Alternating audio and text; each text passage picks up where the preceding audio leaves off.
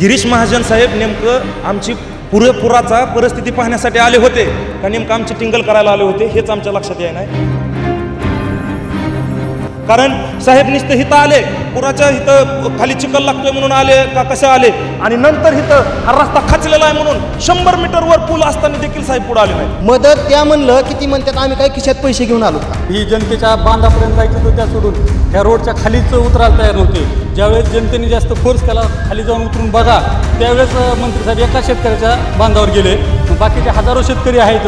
अतिवृष्टीच्या नुकसानाचा कसा फटका बसलाय हे डगेचिंचपूर गावात आल्यावर भूम तालुक्यातील आपल्याला निदर्शनास किंवा आपल्या पाहण्यात येईल। ही जर झाड बघितलं तर झाड पूर्ण या झाडाच्या खालची माती मुळ्या ज्या आहेत ते वाहून गेलेल्या आहेत, आणि ह्या मुळ्या तर वाहून गेल्यात, पण मात्र पलीकडे जर बघितलं तर रस्ता आहे।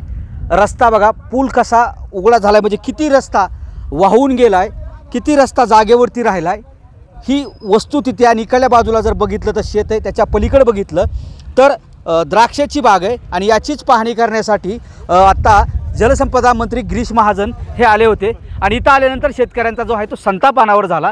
कारण आवडं होतं की खाली एक बेलगाव आहे, त्या परिसरात शेतकऱ्यांची जनावरं मोठ्या प्रमाणात वाहून गेली आहेत, त्यांना मदत करा अशी शेतकऱ्यांची मागणी होती। त्यामुळे शेतकऱ्यांना गिरीश महाजन यांना काही काळ अडवून धरलं होतं। कशामुळे तुम्ही गिरीश महाजन यांना अडवून धरलं होतं, काय नुकसानीची परिस्थिती आहे? गिरीश महाजन साहेब नेमकं आमची पुराचा परिस्थिती पाहण्यासाठी आले होते का नेमकं आमची टिंगल करायला आले होते हेच आमच्या लक्षात येत नाही।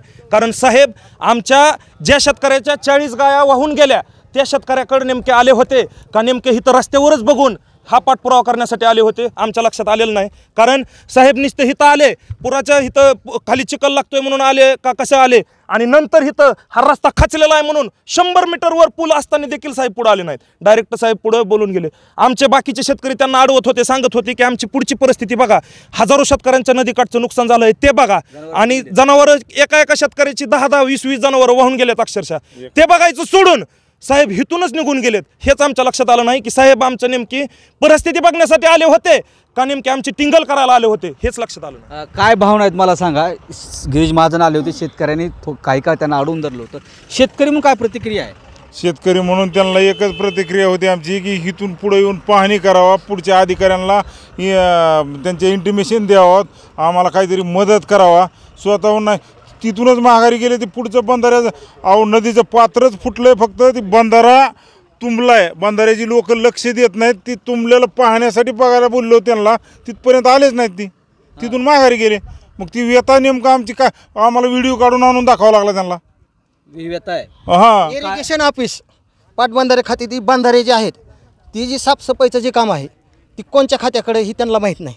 आम्ही सांगतो पत्रव्यवहार करतो, आणि ती पत्रव्यवहार केल्यावरती 82 ऑफिसची माणसं म्हणतात की वगैरे ती तुम्ही काढा। आम्ही काढलेले आमच्याकडे व्हिडिओ आहेत, आम्ही 3 वेळेस। जनावरांची काय परिस्थिती, किती जनावर होऊन गेले? जनावरं एका शेतकऱ्याची 10 गेल्यात, कुणाची 20 गेल्यात, शेळ्या गेल्यात। काय मदत पंचनामे झालेत का? मदत द्या म्हणलं की ती म्हणतात आम्ही काय खिशात पैसे घेऊन आलोत का? कोण म्हणतंय? गिरीश महाजन साहेब आत्ताच आता म्हणले, मदत मीडियाने दाखवलं का नाही तुमच्या? बोलले ना, आमच्या समोरच बोलले ना। आम्ही काय पैसे म्हणले आमची प्रोसेस होईल त्या प्रोसेसप्रमाणे पैसे मिळतील। काय सांगशील भावना? तुझ्या बी मगाशी उद्विग्न होते, आता काय भावना आहेत? सगळी परिस्थिती पाहणी झाली, समाधान आहे त्याच्यावर?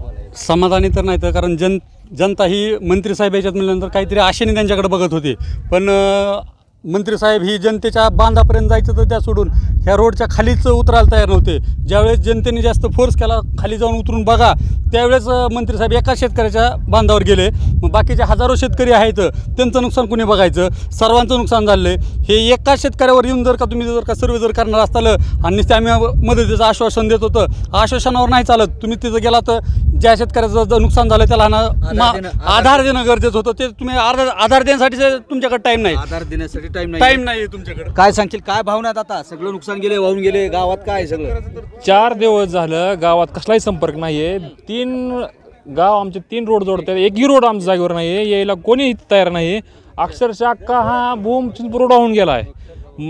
साहेबांना म्हणलं होतं पुलावर बघायचं, पुलावर आलं नाही। एका शेतकऱ्या 40-80 गाया गाहून गेल्या, त्यांना खायला नाही, त्यांना काहीच समाधान झालं नाही। या सगळ्या ज्या शेतकऱ्यांच्या भावना आहेत त्या रोषांचा गिरीश महाजनांना सामना करावा लागेल.